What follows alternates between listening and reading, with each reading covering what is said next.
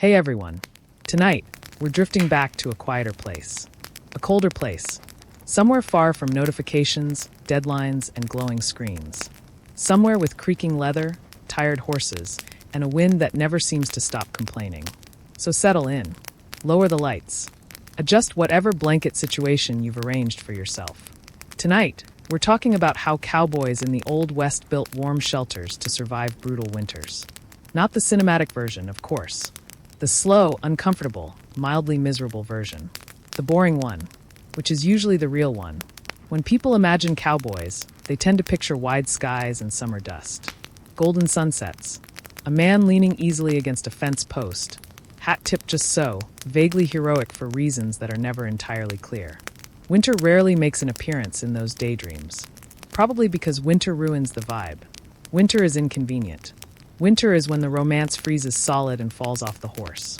But winters in the American West were not optional. They arrived whether anyone felt prepared or not. They rolled over the plains and down from the mountains, dragging snow, ice, and an impressive lack of mercy behind them. And the cowboys, who were not wealthy landowners or architects or people with a surplus of spare time, had to figure out how not to freeze to death. Preferably quietly. Preferably without much complaining. And preferably using whatever happened to be nearby. So let's ease into that world slowly. No sudden movements. Just the steady rhythm of wind across open land. And a group of tired men realizing that summer is very much over. Most cowboys did not own houses. This already complicates things. Many of them were young, transient, underpaid, and perpetually one bad decision away from sleeping outdoors. Which, in winter, was less of an adventurous choice and more of a long-term planning error. Ranches sometimes had bunkhouses, but those were often overcrowded, poorly insulated, and designed with more optimism than practicality. If you were lucky, you got a bunk near the stove. If you were not, you got whatever corner was left, plus a draft that felt personal. And many cowboys weren't near a ranch at all. They were out on the range, trailing cattle, fixing fences, or simply existing where shelter was more of a suggestion than a guarantee. Which meant they had to improvise. Quietly, repeatedly, and often while already cold. The simplest shelter was the bedroll. This was not a shelter in the architectural sense. It was more of a portable resignation. A bedroll was a blanket, sometimes two, wrapped around a cowboy like a human burrito. Canvas on the outside, wool inside. It blocked wind slightly. It held in some heat. It did not, however, stop snow from falling on your face, or the ground from being frozen, or your bones from reconsidering all of your life choices. So cowboys quickly learned that sleeping on open ground in winter was a bad idea. A very boring, very predictable bad idea. They needed walls, even small ones. Especially small ones, because small spaces are easier to warm. This is something humans eventually figure out, usually after building something too large and regretting it. One of the most common winter shelters was the dugout. The name alone suggests comfort. Dugouts were exactly what they sound like. A shallow pit dug into the earth, with walls reinforced by sod, logs, or whatever material refused to fall apart immediately. The roof might be made of poles covered with dirt and grass. Sometimes canvas. Sometimes both, if the cowboy in question was feeling extravagant. Earth is an excellent insulator. Cowboys did not know the science behind this, but they absolutely knew the feeling of being slightly less cold. Dugouts stayed warmer than the open air and cooler than the sun in summer. In winter, they were a blessing. A cramped, dimly lit, vaguely damp blessing, but a blessing all the same. Inside a dugout, there was rarely standing room. You crawled in. You hunched. You accepted that comfort was not part of the arrangement. Smoke from a small fire might linger, refusing to exit politely. The air could feel thick, but it was warm enough to sleep. And in winter, sleep was survival. If the ground was too hard to dig, which it often was once winter truly set in, cowboys turned to above-ground shelters. These might be lean-tos, built against a hillside or a stand of trees. A lean-to was a wall angled against something solid, designed to block wind more than anything else. Wind was the real enemy. Cold air could be endured. Moving cold air was another matter entirely. Cowboys would stack brush, branches, and sometimes sod against the frame. The goal was not beauty. The goal was obstruction. Anything that slowed the wind was good enough. If snow piled up against the shelter, that was actually helpful. Snow, inconvenient as it is, also insulates. This is one of winter's many confusing contradictions. Inside, the fire would be built just outside the opening, angled so the heat reflected inward. This required constant attention. Fires do not politely manage themselves. They demand wood, patience, and the willingness to wake up repeatedly throughout the night. Cowboys were already tired. Winter did not care. Some shelters were built from abandoned materials. Old wagons were a favorite. If a wagon had lost its wheels or its purpose, it could still serve as a windbreak. Cowboys might tip it on its side, crawl inside, and cover the opening with canvas or hides. It was not dignified. It was effective. Railroad ties, scrap lumber, and even discarded doors sometimes found new lives as walls. The Old West was not wasteful out of virtue. It was wasteful only when survival was already guaranteed. In winter, everything had potential. Everything could be repurposed. Even optimism, briefly. Log cabins, the iconic symbol of frontier living, were less common for cowboys than popular imagination suggests. They took time. They took tools. They took a level of permanence that most cowboys did not have. When cabins did exist, they were often shared, cramped, and built quickly. Gaps between logs were filled with mud, grass, or cloth. This mixture was called chinking, and it worked until it dried, cracked, and fell out, which it always did. Winter winds loved gaps. Inside these cabins, heat came from a single stove or fireplace. Fuel was precious. Wood had to be cut, hauled, and dried, none of which were pleasant winter activities. Dung was sometimes used when wood was scarce. This did not improve morale, but it did burn. Cowboys slept close together, not out of affection, but necessity.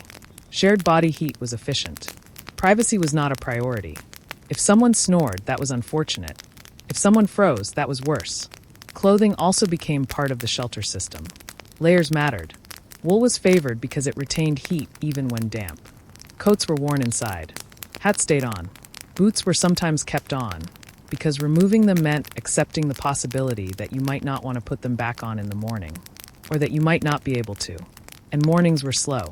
Very slow. Fires had to be coaxed back to life. Fingers had to be convinced to move again. Coffee was brewed, not for taste, but for the simple pleasure of holding something warm. The shelters did their job just enough. Not well, just enough.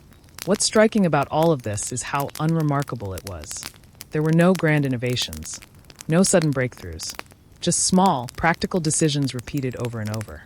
Build low, block the wind, keep the fire going, sleep when you can. Hope spring arrives eventually, and it usually did. Eventually, as we drift onward from these first cold shelters, think about it for a moment.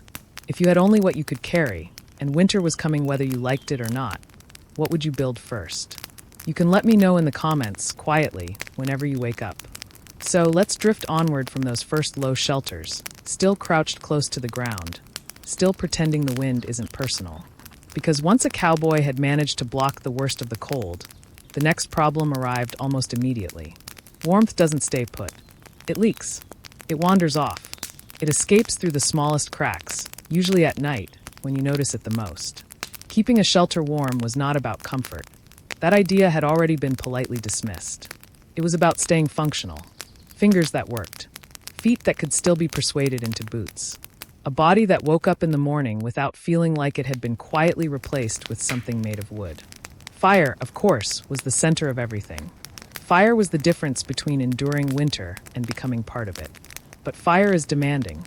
It wants fuel. It wants attention. It does not care that you are tired. Cowboys learned very quickly that a fire left alone would either die out or become dangerous. Neither outcome was ideal. Inside dugouts and cabins, stoves were preferred when available. A stove could be controlled. It held heat longer. It didn't fill the entire space with sparks and smoke quite as aggressively as an open fire. But stoves were heavy, expensive, and not always present.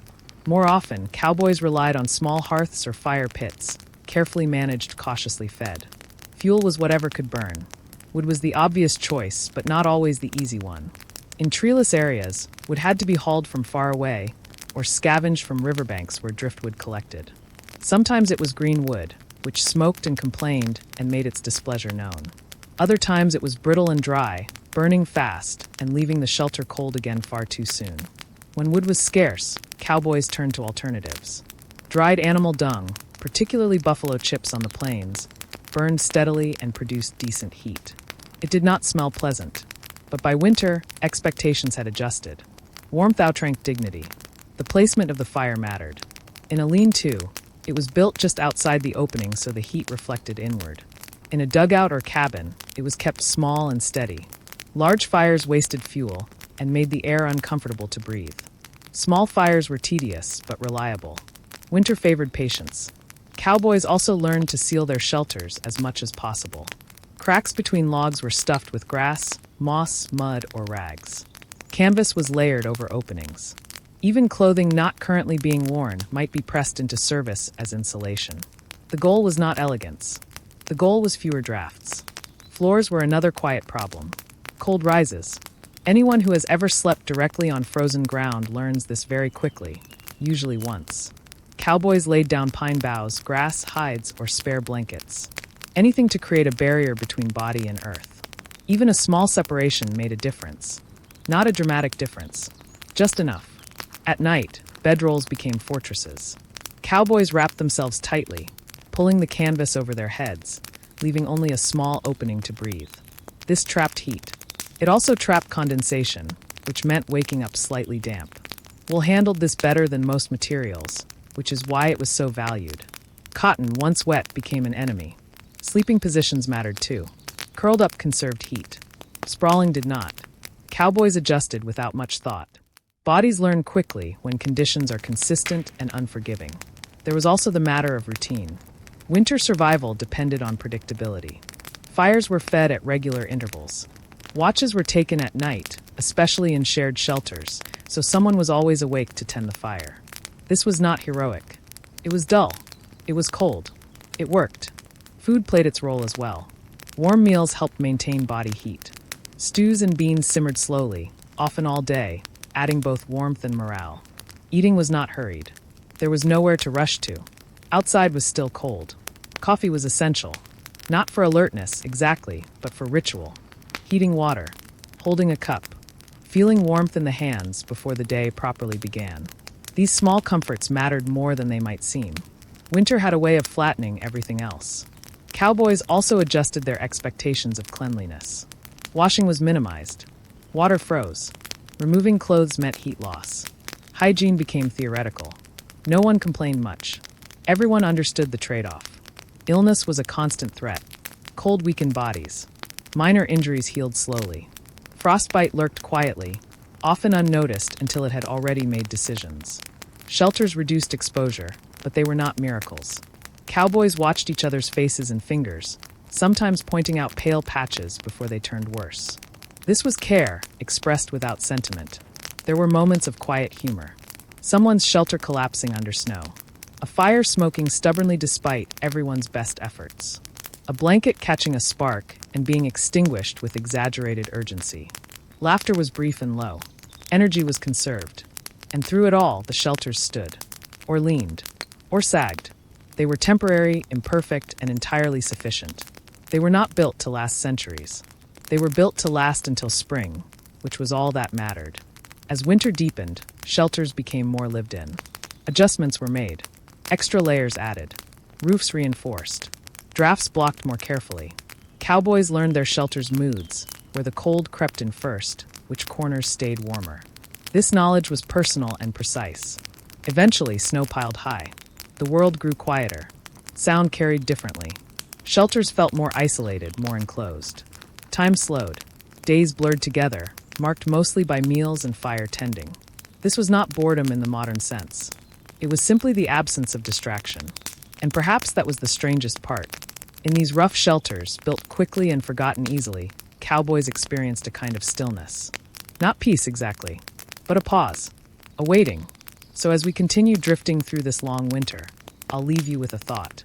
If warmth required constant attention, patience, and routine, do you think you'd manage it quietly night after night without complaining too much? You can tell me what you think in the comments whenever you happen to wake up. Let's stay right where we are for a moment. The fire is low but steady. The shelter is doing its quiet work. Outside, winter continues without needing an audience. Inside, the focus narrows to small decisions. And this is where the story of how cowboys built warm shelters to survive brutal winters in the Old West becomes even less dramatic and somehow more revealing. Once a shelter existed, even a poor one. The next challenge was maintenance. Winter shelters were not finished objects. They were ongoing negotiations. Wind shifted. Snow piled unevenly. Temperatures dropped lower than expected, which was always. Cowboys learned that a shelter ignored for even a short time began to fall apart with impressive enthusiasm. Roofs sagged first. Snow was heavy, heavier than it looked, and it accumulated patiently. Cowboys would wake in the night to the quiet, unsettling sound of wood adjusting under weight. Not breaking. Not yet. Just reminding everyone that gravity was still very much involved. Snow had to be pushed off regularly, usually with a pole or shovel, sometimes with boots and resignation. Walls followed. Sod dried and cracked. Mud chinking shrank and fell away. Canvas loosened in the wind. Cowboys stuffed gaps repeatedly, often using the same material over and over again. There was no final solution, just temporary improvement. Winter respected effort, but not permanence. This constant upkeep shaped how shelters were designed in the first place. Cowboys didn't overbuild. They didn't aim for perfection. They aimed for repairability. A shelter that could be quickly fixed was better than one that failed dramatically. Simple structures survived better because they were easier to understand when something went wrong. Location mattered more than size. Cowboys chose sites carefully, or as carefully as circumstances allowed. Natural windbreaks were prized. Hillsides, rock outcroppings, dense stands of trees. Even a slight dip in the land could make a noticeable difference. Cold air pooled in low areas, so shelters were often built just high enough to avoid becoming part of a frozen basin. Water access was considered, but cautiously. Being too close to a stream meant dampness and colder air. Too far meant hauling water in freezing conditions. Compromise was the only option, and compromise rarely satisfied anyone. Snow itself became part of the shelter strategy. Cowboys piled snow against walls deliberately, packing it down to form insulating banks. This looked counterintuitive, especially to anyone unfamiliar with winter survival. But packed snow blocked wind effectively. It stabilized temperatures. It turned flimsy walls into something more solid, at least temporarily. Inside, space was carefully managed. There was no room for clutter. Every item had a place, because stepping on something in heavy boots inside a small shelter tended to cause problems. Gear was hung where it could dry, or at least attempt to. Wet leather froze stiff. Wet wool took its time, but eventually cooperated. Food storage became a quiet concern. Cold preserved some things and ruined others. Shelters were arranged so food stayed cool, but didn't freeze solid. Beans could handle freezing. Bread less so. Meat was often kept outside, hung high to deter animals. The winter hunger made animals bold. Cowboys listened constantly. To the wind, to the fire, to the shelter itself. A change in sound meant something needed attention. A new whistle indicated a fresh draft. A pop from the stove suggested an adjustment was overdue. Silence, oddly enough, could be suspicious. Nights were long. Darkness arrived early and stayed. Shelters became the entire world for hours at a time. Cowboys passed the time quietly, mending gear, sharpening tools, talking softly, if at all. Silence was comfortable. Everyone was tired. Stories were told slowly, often repeated. Memory blurred details, and no one corrected them. Accuracy was less important than familiarity. These stories filled the space without demanding much energy. Shelters also shaped social dynamics. Close quarters meant little privacy. Minor irritations had nowhere to go. Cowboys learned restraint, not because they were unusually patient, but because conflict was exhausting and winter already demanded enough. Illness lingered longer in these environments. Coughs echoed softly. Fevers were watched with concern. A sick cowboy needed warmth more than anyone, and shelters adjusted to accommodate this. Fires burned longer. Space was rearranged. Care was practical and understated. There was no expectation of rescue if things went badly. Shelters were built with the assumption that help was not coming. This influenced every choice. Conservative use of fuel. Careful pacing of labor. No unnecessary risks. Winter punished enthusiasm quickly. Despite all this, shelters were not places of despair. They were places of waiting. Waiting for daylight. Waiting for weather to shift. Waiting for the slow return of warmth. Cowboys understood that winter was temporary, even when it felt endless. As weeks passed, shelters bore the marks of use. Soot darkened walls. Floors packed down. Makeshift repairs accumulated. These signs were reassuring. They meant the shelter had endured another day. And slowly, almost unnoticed, days lengthened.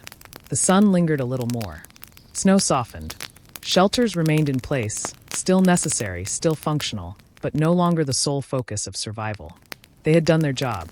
So as we linger here a bit longer, listening to the fire and the wind outside, consider this. If survival depended on constant attention to small, boring details, day after day, would you find that comforting or exhausting? Let me know what you think in the comments, whenever it feels like the right moment to answer. Let's drift on from there, without standing up too quickly, because the shelter is still doing its quiet work. The walls are holding. The roof has not collapsed yet. The fire is low, but it's there. And now, as winter stretches on with its usual lack of concern for human schedules, the shelters themselves begin to change. Not in structure, but in meaning. By this point in the season, a cowboy no longer thought of his shelter as something temporary, even though it absolutely was. It became familiar. The height of the roof was known intimately, especially by anyone who had hit their head on it more than once. The drafts had names, even if they weren't spoken aloud. The warmest spot on the floor was understood without discussion. These small, unremarkable details mattered more than any sense of comfort. Winter shelters in the Old West were not just barriers against cold. They became routines made physical. A place where habits formed quietly. The order of waking, stoking the fire, pulling on stiff boots, and stepping back out into the cold followed the same pattern every day. Shelter made this repetition possible. Without it, everything would have been chaos, or at least louder suffering. Cowboys learned to read the weather in advance, not through forecasts, but through small signs. A change in the wind's sound against the shelter walls. A pressure in the air that made fires burn differently. Snow that fell more softly than usual, which often meant more was coming. These observations influenced how shelters were reinforced. Extra snow packed against the walls. Additional brush dragged in, even when dragging brush was deeply unpleasant. Inside, space grew tighter as more materials were brought in. Winter demanded redundancy. Extra fuel. Extra insulation. Extra food if it could be managed. Shelters grew cluttered, but in a controlled way. Every item had survived the decision-making process of whether it was worth hauling inside. If it was there, it mattered. Shelters also became places of repair. Saddles were patched. Boots were resoled. Gloves were stitched back together in ways that suggested they were more thread than original material. The shelter provided enough warmth to keep fingers moving, which was all that was required. Precision was optional. Function was not. The smell inside these shelters was a combination of smoke, damp wool, leather, and whatever meal was currently simmering. Cowboys stopped noticing it after a while. The human brain adapts impressively when there is no alternative. Animals sometimes shared these shelters, whether invited or not. Dogs were common companions, curling up near the fire or directly against a cowboy's legs. Horses were rarely brought inside, but shelters were often built close enough to check on them easily. Their well-being mattered, not sentimentally, but practically. A horse lost to winter was a serious problem.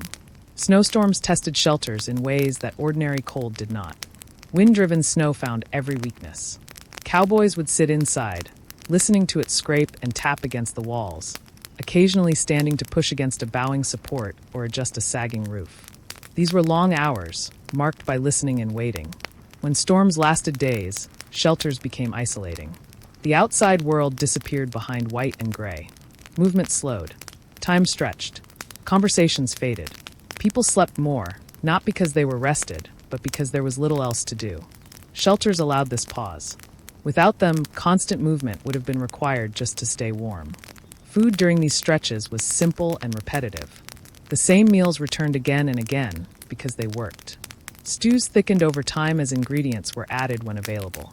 Shelters allowed cooking to be a continuous process, a pot always warm, always ready to accept something new. There was a strange comfort in this sameness. Not joy exactly, but predictability. Winter stripped life down to a few essential tasks, and shelters made those tasks manageable.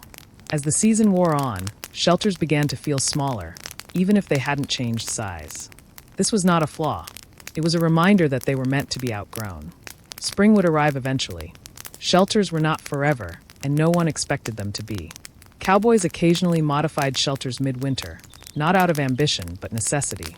A new wall added, a roof reinforced, a doorway narrowed to block wind. These changes were incremental and uncelebrated. No one stepped back to admire the work.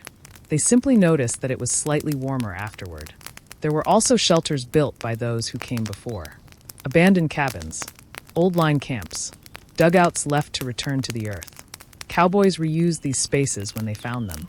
Repairs were made. Names were scratched into walls. These shelters carried quiet histories, layers of winter stacked on top of each other. Despite the hardships, shelters reduced risk. They turned winter from a constant emergency into a series of manageable inconveniences. This was their greatest achievement. They did not eliminate discomfort. They organized it. And as winter slowly began to loosen its grip, shelters changed again. Snow melted from roofs. Pack banks collapsed. Mud returned. Shelters became damp and less effective, but by then cold mattered less. Cowboys tolerated the inconvenience because they knew the worst had passed. Eventually, shelters were abandoned. Canvas was folded. Poles removed. Dugouts left to fill in. Nothing was ceremonious. Shelters had done their work. There was no need to dwell.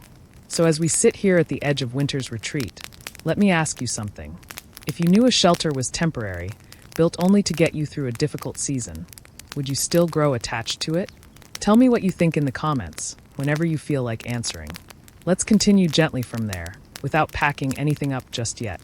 Winter is loosening its grip, but it hasn't fully let go. The shelter still matters. The fire still needs attention. And this is where another quiet truth about how cowboys built warm shelters to survive brutal winters in the Old West begins to settle in. These shelters were not just protection from cold. They were lessons. Slow ones. Unavoidable ones. By late winter, cowboys knew exactly what had worked and what had not. They knew which shelters stayed warm with the least effort, and which ones demanded constant repairs like an ungrateful project. They remembered the corners that never warmed up, no matter how much snow was piled against them. They remembered which roofs leaked during thaw, which walls bowed dangerously in heavy wind. This knowledge was not written down. There were no manuals passed around on the range. It lived entirely in memory and habit. The next shelter, whether built weeks or years later, quietly benefited from these experiences. Mistakes were not repeated if they could be helped. New ones were made instead. One lesson was learned over and over again. Smaller was better. Large shelters took more fuel to heat. They leaked warmth aggressively. Cowboys who tried to build something roomy quickly regretted it. The most successful winter shelters were barely larger than necessary. Cramped, yes. Efficient, also yes. Winter rewarded efficiency without comment. Another lesson involved entrances. Doors were weaknesses. Every opening invited wind. Cowboys learned to build entrances that were low and narrow, sometimes requiring crawling. This was inconvenient, especially when carrying supplies, but inconvenience was preferable to cold. Some shelters used overlapping canvas flaps or angled entryways to confuse the wind. It worked often enough to be worth the effort. Ventilation was another quiet balance. Too little, and smoke lingered unpleasantly. Too much, and warmth escaped. Cowboys adjusted vents constantly, opening and closing them as weather shifted. This was done by feel rather than calculation. If eyes burned, something needed to change. If toes went numb, something else needed adjustment. Shelters also reflected the materials available in different regions. In wooded areas, logs and branches dominated. On open plains, sod and earth were common. In rocky regions, stone was sometimes used, stacked loosely to form walls. Stone retained heat well, but took time to warm up. Cowboys learned patience, or at least practiced it. In areas with heavy snow, shelters were sometimes built partially underground, even when digging was difficult. The effort paid off. Earth-walled shelters stayed remarkably stable in temperature. Dampness was a constant problem, but cold was less aggressive. As always, it was a trade-off. Cowboys also learned to respect snow load more than wind, or perhaps equally. Roofs were angled more steeply in snowy regions to encourage shedding. Flat roofs failed quickly. This lesson was learned loudly, often in the middle of the night, and remembered clearly afterward. As spring approached, shelters became transitional spaces. They were still used at night, but days were spent increasingly outdoors.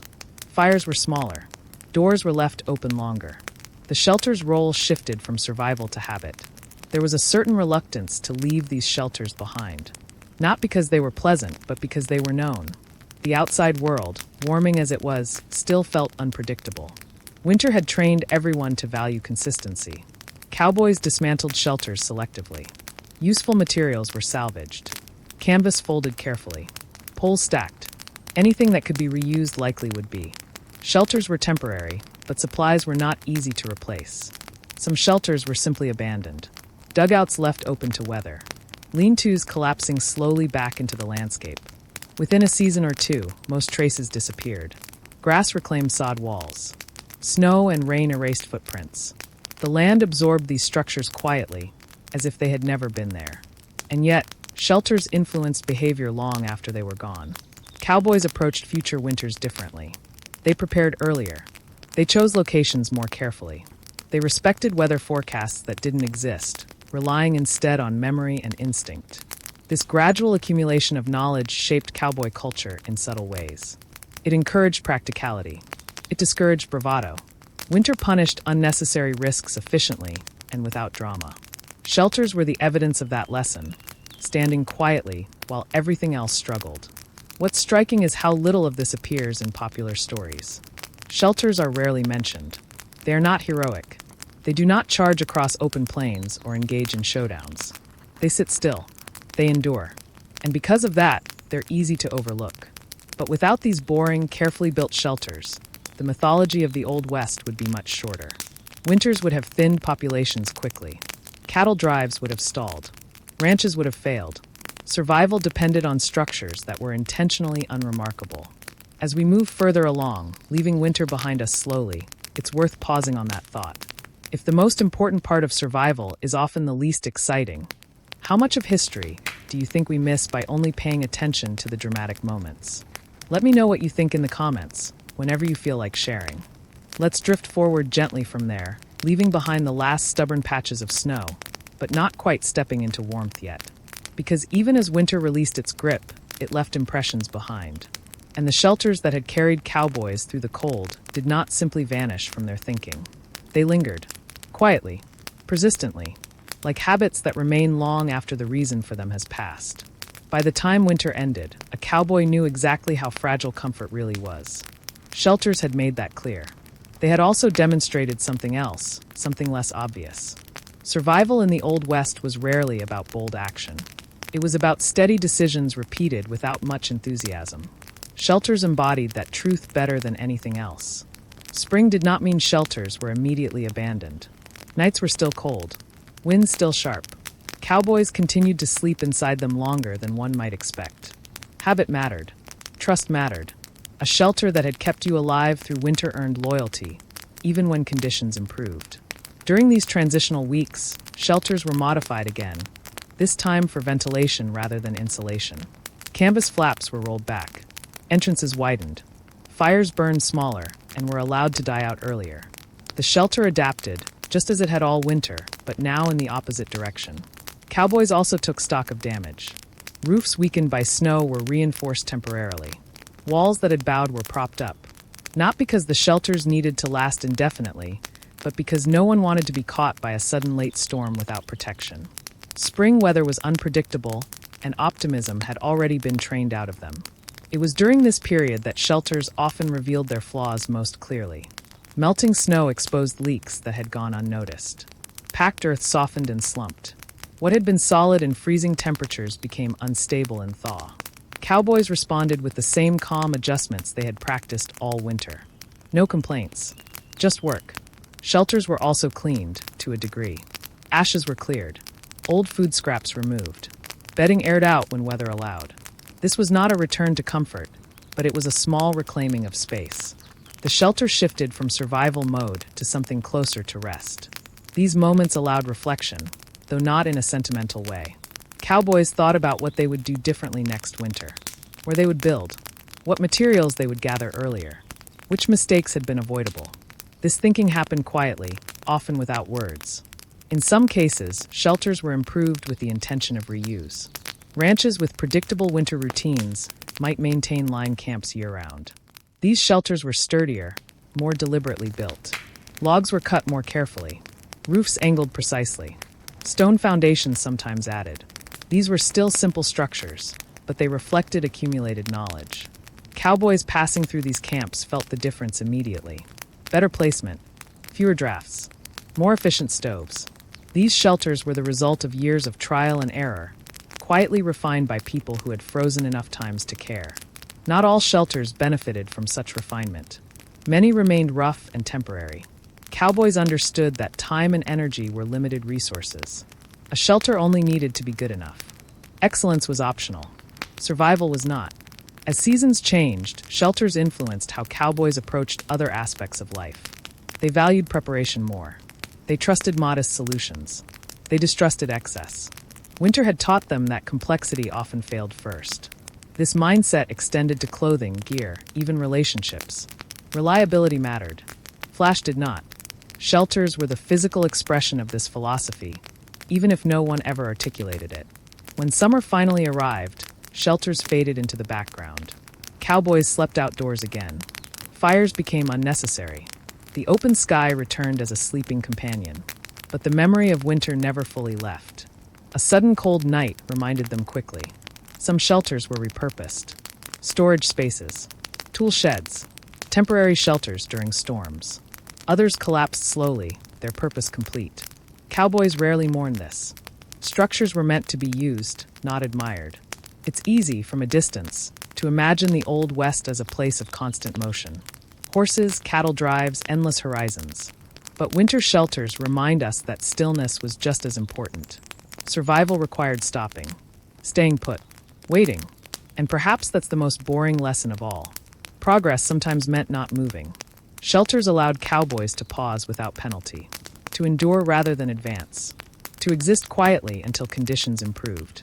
As we continue drifting through this long story, consider this. If survival required you to stop chasing momentum and focus instead on holding still, could you accept that kind of patience? You can share your thoughts in the comments, whenever it feels right to do so. Let's ease forward from there, without rushing into summer just yet. The memory of winter still lingers in the wood, in the packed earth, in the habits that don't disappear simply because the weather has improved. Shelters may no longer be strictly necessary every night, but they continue to shape how cowboys move through the world. And this is where the story of how cowboys built warm shelters to survive brutal winters in the Old West becomes less about construction and more about quiet psychology. After a winter spent negotiating with cold, cowboys developed a particular relationship with shelter. It was no longer just a place to sleep. It was a reference point, a reminder of limits. Even under open skies, there was an awareness of how quickly comfort could vanish. Summer did not erase that knowledge. It merely postponed its relevance. During warmer months, shelters were often revisited and evaluated. A cowboy passing an old winter camp might stop briefly, not out of nostalgia, but curiosity. How had it held up? Which walls had collapsed? Which repairs had lasted longer than expected? This inspection was informal and unspoken, but it mattered. Each ruined shelter was a lesson left behind.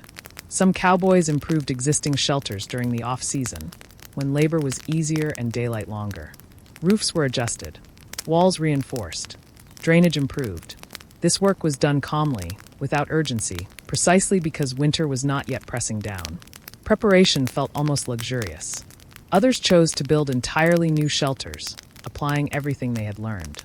These were often better positioned, better insulated, and still very modest. Winter had not made cowboys ambitious. It had made them careful. A shelter that promised too much was viewed with suspicion. Interestingly, these improvements were rarely shared as advice. Cowboys did not gather to exchange shelter-building tips in any formal sense. Knowledge spread quietly, through observation and imitation. If someone's shelter stayed warmer, others noticed. They copied what worked. That was the system. This quiet transfer of practical knowledge shaped the landscape in subtle ways. Over time, certain shelter styles became common in specific regions. Sod houses on the plains, log cabins in forested areas, dugouts where wind was relentless. These were not traditions in the ceremonial sense. They were patterns formed by survival. Shelters also influenced how cowboys thought about ownership. A winter shelter was often considered shared, even if someone had built it. If another cowboy found it empty and needed protection, they used it. This was not generosity so much as practicality. Winter punished exclusivity. This informal understanding extended to maintenance. A shelter used by many was repaired by whoever was there. No one kept score. Survival encouraged cooperation without ceremony. As summer progressed, shelters faded further into the background. Grass grew tall. Trails reopened. Life became mobile again. But the presence of shelters remained in the mind. Cowboys carried winter forward with them, even as they rode under warm skies. There was also a shift in how cowboys assessed risk. Winter had narrowed options brutally. Summer felt expansive by comparison, but that expansion was tempered by memory. Cowboys knew how quickly conditions could reverse. Shelters had taught them that adaptability mattered more than strength. In this way, winter shelters shaped temperament. They encouraged patience. They rewarded restraint. They punished impulsiveness quietly and consistently. These lessons carried over into work, travel, and decision-making. As another winter approached, preparation began earlier. Materials were gathered gradually. Locations chosen thoughtfully. Shelters were not left to last-minute desperation. This was progress, though no one called it that. And when winter finally returned, shelters were built again, faster this time. With fewer mistakes. With less wasted effort. The cycle continued, boring and effective. So as we sit here in this in-between season, not quite winter and not quite summer, I'll leave you with something to consider. If experience quietly reshaped your habits without fanfare or recognition, would you even notice it happening? Feel free to share your thoughts in the comments, whenever the mood strikes. Let's keep drifting gently from where we left off. The shelters are no longer fresh in the mind, but they haven't been forgotten either. They sit somewhere between memory and habit, like a quiet rule no one bothers to say out loud. And this is where the story of how cowboys built warm shelters to survive brutal winters in the Old West becomes almost invisible, because its influence is everywhere, but rarely acknowledged. As another year moved along, cowboys began to anticipate winter not with excitement, and not even with dread, but with a kind of resigned awareness. Winter was not a surprise anymore. It was a recurring condition, and shelters were simply part of the annual rhythm, like repairing tack or checking fences. Necessary, unglamorous, and unavoidable. When early cold arrived, cowboys adjusted instinctively. Camps were set earlier in the day. Sites were chosen with more care. Time spent wandering aimlessly diminished. This was not because anyone had suddenly become disciplined. It was because experience had quietly removed the illusion that wandering would somehow work out fine. Shelters began appearing earlier too. Not fully built, not finished, but outlined. A few poles set aside. A promising slope noted. Brush gathered casually rather than urgently. This gradual preparation made winter feel less abrupt, even when the weather itself disagreed. There was also less experimentation. Cowboys stopped trying clever ideas that looked good in theory. They stuck to what had already proven effective. Low profiles, thick walls, small interiors. Nothing flashy, nothing hopeful. Winter had trained optimism out of the process. Interestingly, this practical approach extended beyond shelter building. Cowboys applied the same logic to travel routes, work schedules, and even conversations. Winter had made them economical with effort. Words like firewood were not wasted. Shelters built later in a cowboy's life were often quieter places. Less talking, more listening, less adjusting, more acceptance. Experience had reduced friction. The shelter didn't need to be perfect. It just needed to function without constant intervention. This calm efficiency made shelters feel almost boring. And that boredom was a success. A shelter that demanded attention had failed at its purpose. The best shelters faded into the background, allowing life to continue at a tolerable pace. There were still failures, of course. Winter never stopped testing.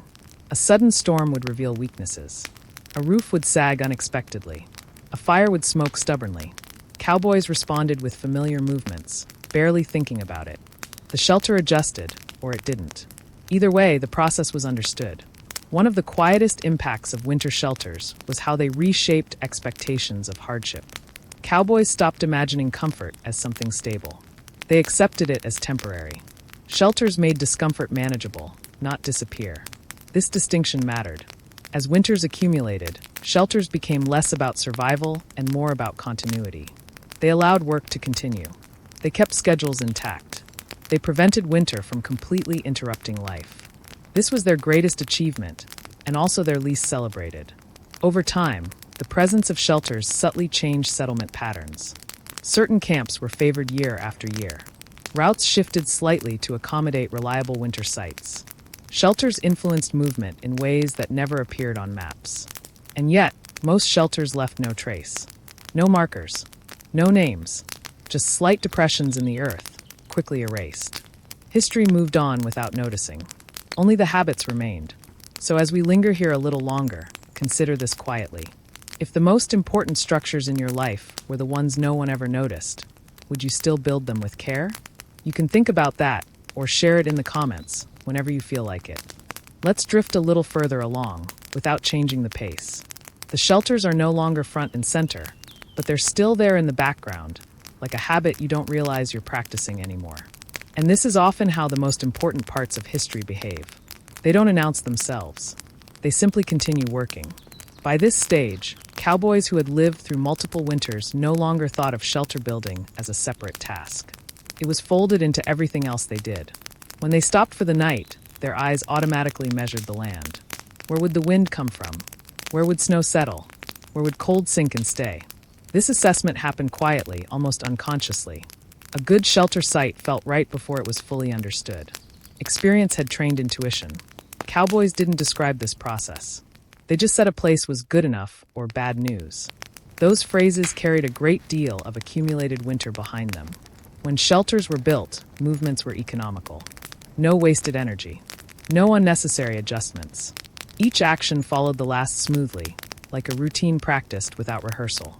This efficiency wasn't impressive. It was simply what remained after mistakes had been exhausted. What's notable is how little emotion was attached to the process. Shelters were not a source of pride. No one stood back admiring their work. A shelter that kept the wind out and the fire burning was successful. Anything beyond that was irrelevant. This emotional neutrality mattered. Winter had taught cowboys that frustration wasted heat. Anger did nothing to improve insulation. Shelters responded only to physical changes, not moods. This encouraged a calm approach, even when conditions were unpleasant. Over time, this calmness extended into winter itself. Cowboys no longer viewed cold as an enemy to fight. It became a condition to accommodate. Shelters were accommodations, not victories.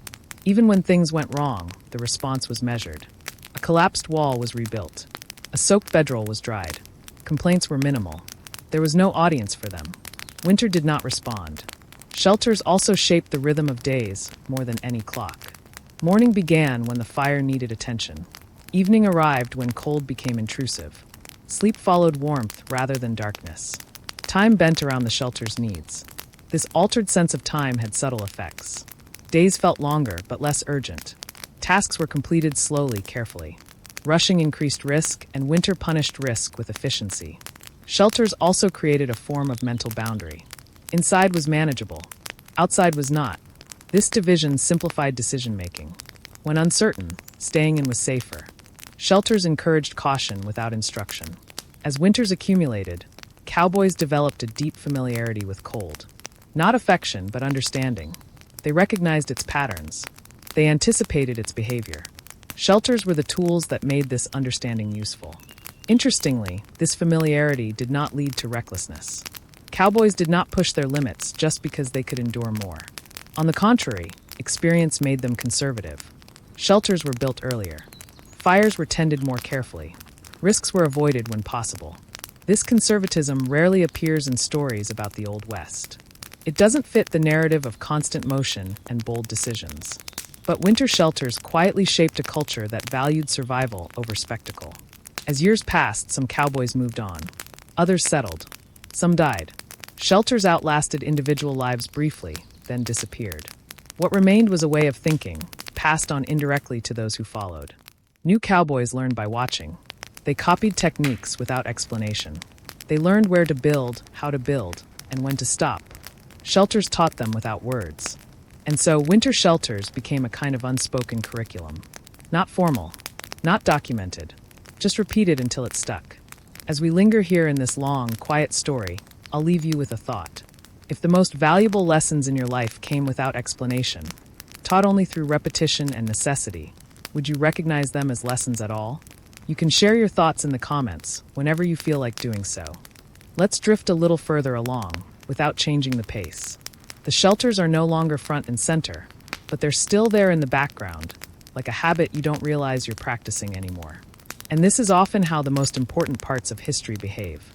They don't announce themselves. They simply continue working. By this stage, cowboys who had lived through multiple winters no longer thought of shelter building as a separate task. It was folded into everything else they did. When they stopped for the night, their eyes automatically measured the land. Where would the wind come from? Where would snow settle? Where would cold sink and stay?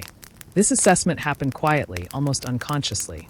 A good shelter site felt right before it was fully understood. Experience had trained intuition. Cowboys didn't describe this process. They just said a place was good enough or bad news. Those phrases carried a great deal of accumulated winter behind them. When shelters were built, movements were economical. No wasted energy. No unnecessary adjustments. Each action followed the last smoothly, like a routine practiced without rehearsal. This efficiency wasn't impressive. It was simply what remained after mistakes had been exhausted. What's notable is how little emotion was attached to the process. Shelters were not a source of pride. No one stood back admiring their work. A shelter that kept the wind out and the fire burning was successful. Anything beyond that was irrelevant. This emotional neutrality mattered. Winter had taught cowboys that frustration wasted heat. Anger did nothing to improve insulation. Shelters responded only to physical changes, not moods. This encouraged a calm approach, even when conditions were unpleasant. Over time, this calmness extended into winter itself. Cowboys no longer viewed cold as an enemy to fight. It became a condition to accommodate.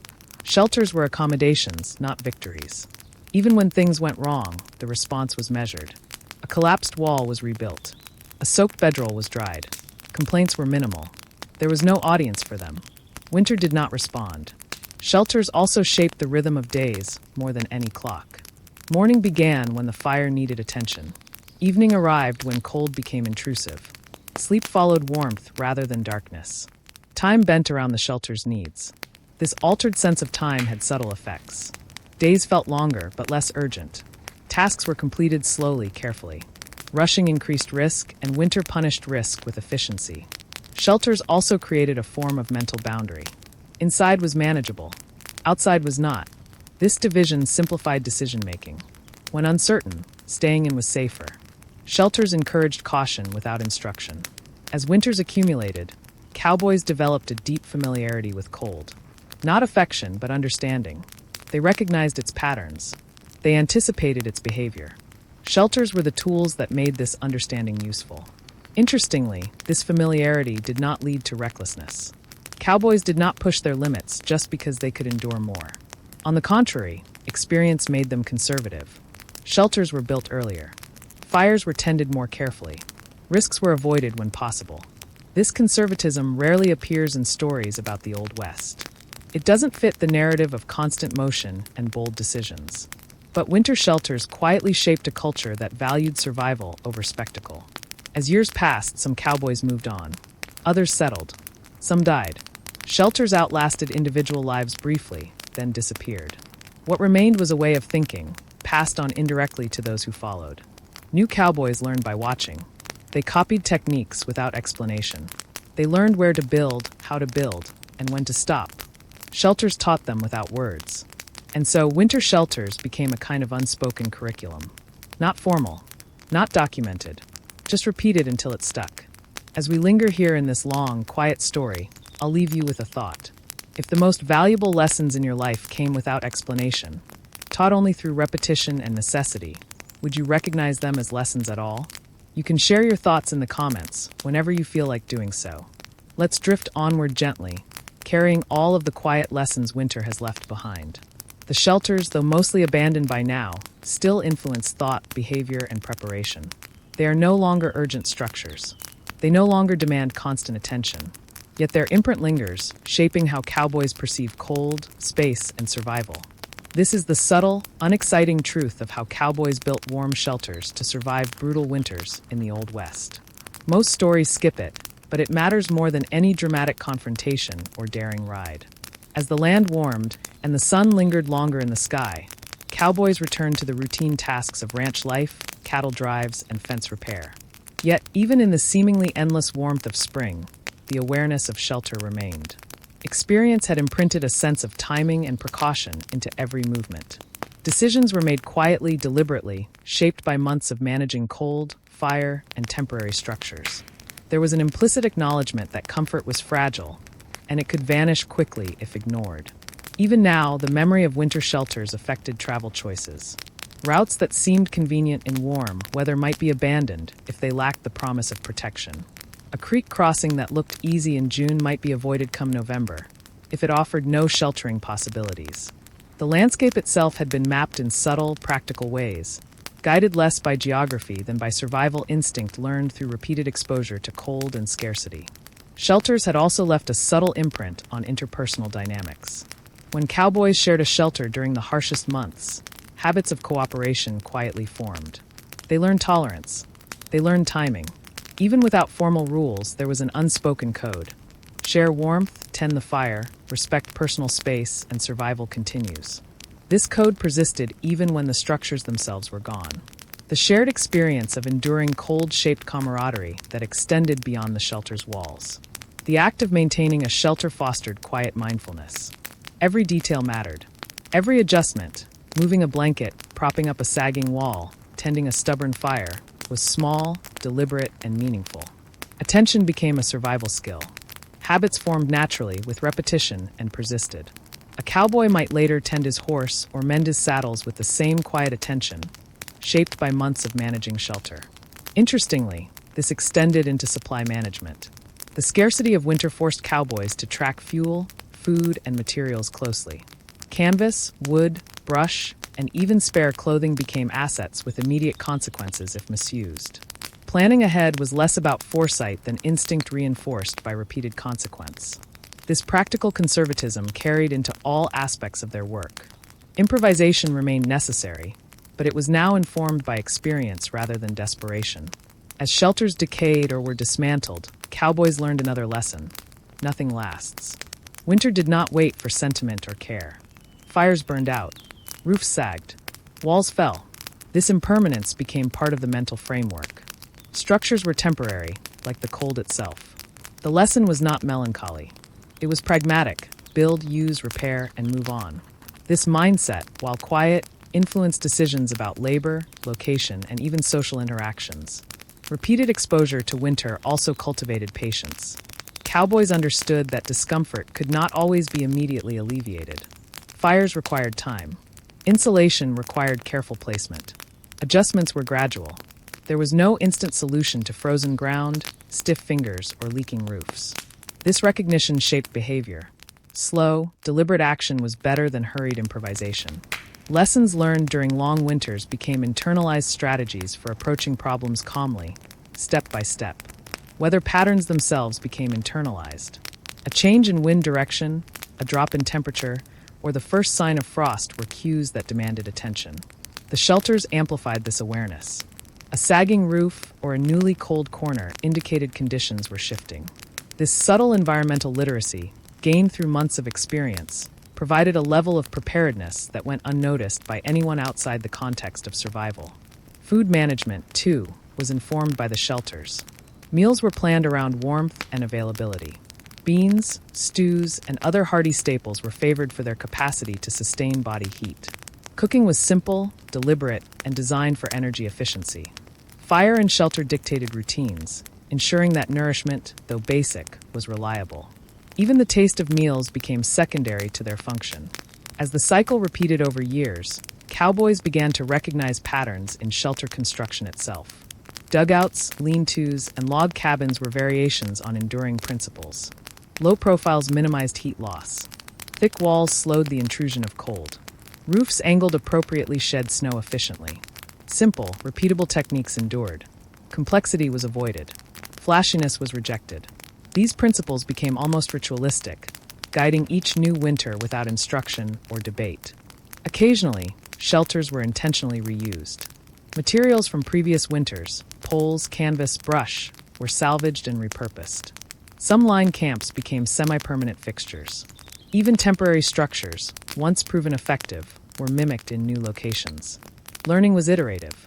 Observations from one winter influenced the next, reinforcing efficiency and practical design. The cycle of building, testing, and adapting became automatic. Despite the absence of written records, these lessons were transmitted. New cowboys entering the range observed, copied, and adapted. They learned the importance of location, insulation, and incremental repair. They witnessed the consequences of neglect: collapsed roofs, frozen bedrolls, and wasted fuel. Without direct instruction, the culture of winter shelters persisted. Knowledge was embedded in practice, quietly enduring across generations. One particularly important lesson was humility. Winter shelters reminded cowboys that no matter skill or strength, nature was indifferent. A well-built lean-to could protect for months, but it could fail unexpectedly under snow or wind. A fire might die at the worst moment. Comfort was provisional. Survival required acceptance of limits, and shelters reinforced that understanding in a concrete, physical way. Another subtle lesson concerned boundaries. The shelter created a distinct inside and outside. Within, warmth, order, and manageable risk prevailed. Beyond, exposure and unpredictability dominated. This simple demarcation shaped decision-making. Cowboys learned to prioritize the inside, shelter, fire, routine, while moving outside only when necessary. Risk management became instinctive. By midsummer, shelters had largely receded from the physical landscape, but their influence remained cognitive. Decisions about where to set up camp, how to manage resources, and when to move were informed by memory. Knowledge of wind direction, snow accumulation, and terrain suitability persisted. Winter shelters had trained observation, patience, and planning. Skills invisible to an outside observer, but essential to enduring the range. Shelters also left traces of human presence, even after abandonment. Slight depressions in the ground, remnants of fire pits, and partially rotted poles hinted at months of quiet labor. These traces were not dramatic, but they were evidence of survival, endurance, and adaptation. Their absence in formal history does not diminish their importance. Survival, after all, rarely announces itself. In reflecting on the cycle of shelter construction and use, one sees the subtle layering of experience. Each winter, shelters were refined. Each season informed the next. Over years, these repeated practices cultivated a quiet expertise, shaping behavior, expectations, and attitudes. Cowboys became experts not through formal training, but through observation, repetition, and necessity. As shelters faded with the arrival of summer, cowboys carried forward these lessons quietly. They influenced where to set up temporary camps, how to manage food and fuel, and how to respond to unexpected cold. The knowledge persisted, even when structures themselves were gone. It became embedded in habit, shaping life on the range long after snow had melted. And in this quiet endurance, there is something worth noticing. Shelters were rarely heroic, rarely mentioned in stories. They did not make for thrilling tales. Yet they determined the rhythm of life, the limits of activity, and the boundaries between survival and failure. Their influence was subtle, but absolute.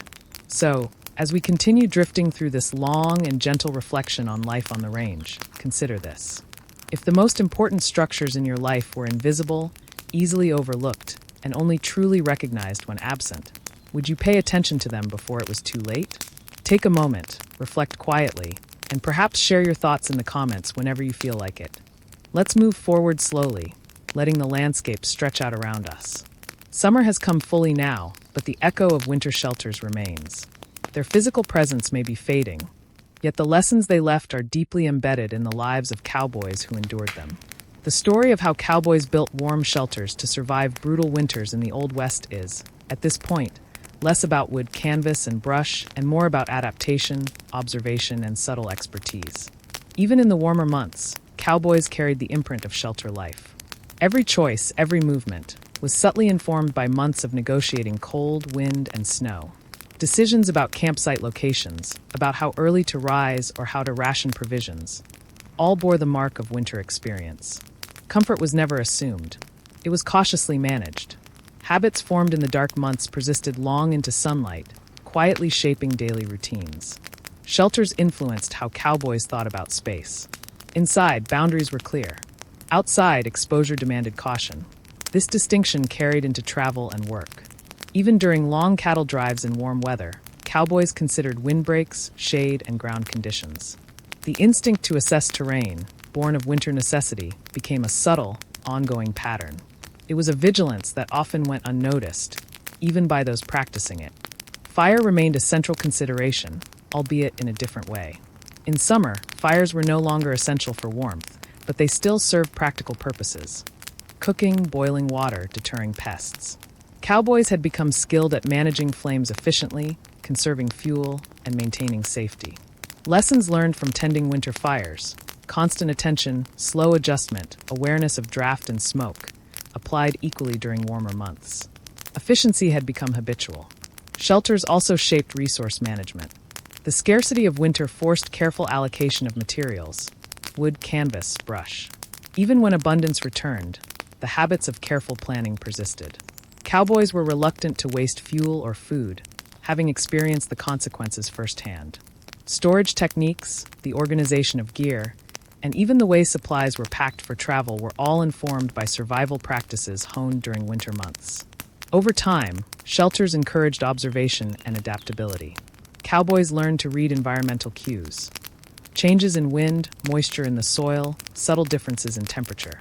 These observations, originally crucial for predicting shelter performance, became second nature. They influenced decisions about when to move, when to prepare for inclement weather, and how to interact with livestock. Winter shelters had trained an entire sensory framework, quietly extending its reach beyond the shelter walls. Interestingly, shelters shaped interpersonal dynamics as well. Close quarters in winter required cooperation, tolerance, and careful timing. These social lessons persisted, guiding behavior even when shelters were no longer in use. Shared responsibility for fire tending, repairs, and routine tasks created habits of collaboration that carried into work, travel, and camp organization. Winter had created a low-energy social system, subtle yet effective. Cowboys also developed patience in shelter life. Winter required slow, deliberate actions. Fires could not be rushed. Repairs had to be methodical. Time passed differently when survival depended on repeating, precise behaviors. This patience persisted into other aspects of life. Deliberation became instinctive. Recklessness, once tolerated in youth, was avoided. The lessons of the shelter extended quietly into temperament and decision-making. Shelters further influenced risk perception. Cowboys learned that nature was indifferent. A well-built structure could fail under stress. Fires could die unexpectedly. Small mistakes had consequences that could not be undone. This recognition cultivated caution. Winter shelters had trained cowboys to respect limits, anticipate problems, and act conservatively. The result was a culture of careful preparation that extended far beyond physical structures. Even as years passed, the shelter mindset endured. Experienced cowboys mentored newcomers, not always with words, but through demonstration. Watching someone maintain a fire, reinforce a wall, or manage drafts transmitted knowledge without formal instruction. Newcomers learned to prioritize reliability over ambition, simplicity over complexity. The shelter had become a teacher, silently passing on experience. Interestingly, the influence of shelters extended into decision-making about animals. Horses, cattle, and dogs all benefited from the same cautious, observant approach. Campsites were chosen for safety and sheltering potential. Feed and water were managed carefully.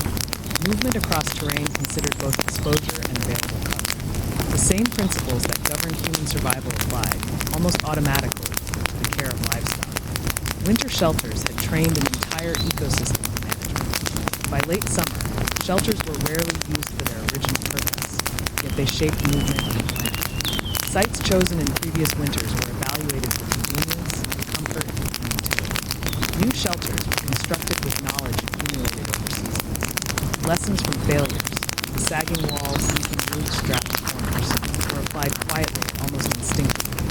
Experience accumulated slowly, layer upon layer. There was also a subtle psychological effect. Knowing that shelter techniques had worked in previous winters created confidence, not bravado, but quiet assurance. Cowboys could venture further, endure longer, and manage risk more effectively. Success was measured not in dramatic feats, but in survival. Shelter experience reinforced a mindset that valued practical outcomes over appearance or glory.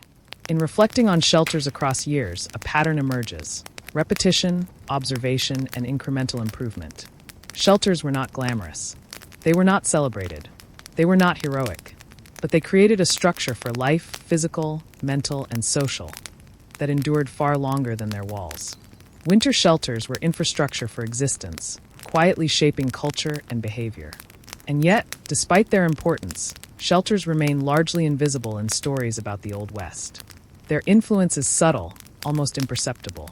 They do not make headlines or feature in legends. Instead, they persist quietly, shaping habits, decisions, and expectations. Their success is measured not in applause, but in continued survival. So as we drift through this quiet reflection, consider this.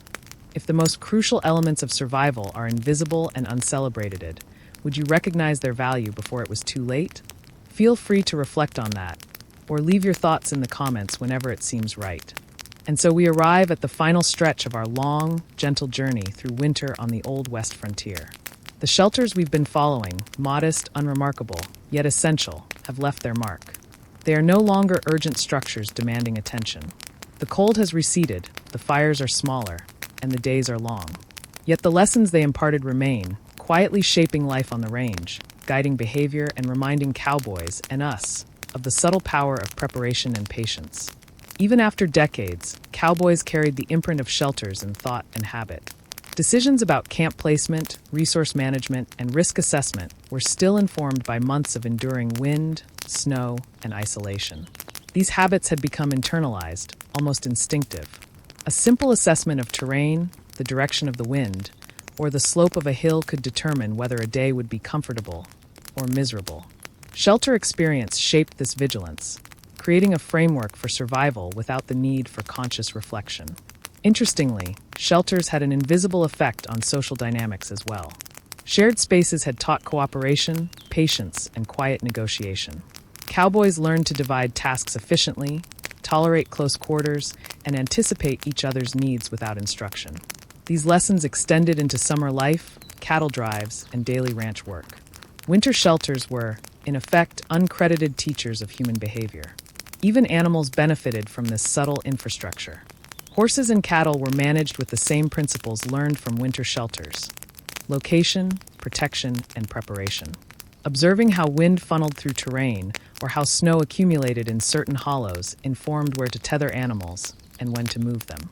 The quiet knowledge of shelter life extended beyond humans, shaping the rhythm of the entire working ranch ecosystem.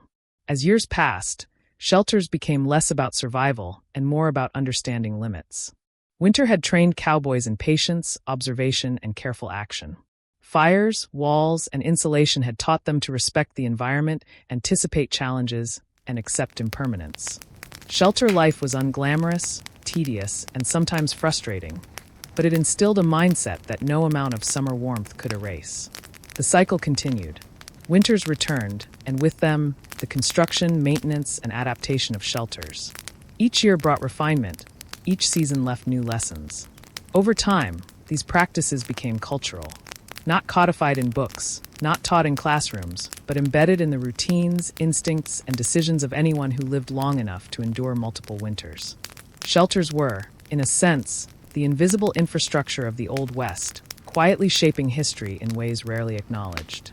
By the time cowboys became veterans of the range, they no longer built shelters out of necessity alone. They did so out of instinct, habit, and understanding. They knew exactly how high to build walls, how to angle roofs, where to pile snow, and when to stoke the fire. Their movements were deliberate, economy of effort achieved not through planning, but through repeated experience. Winter shelters had taught them the language of survival in subtle, uncelebrated ways. And yet, these lessons were often invisible to outsiders.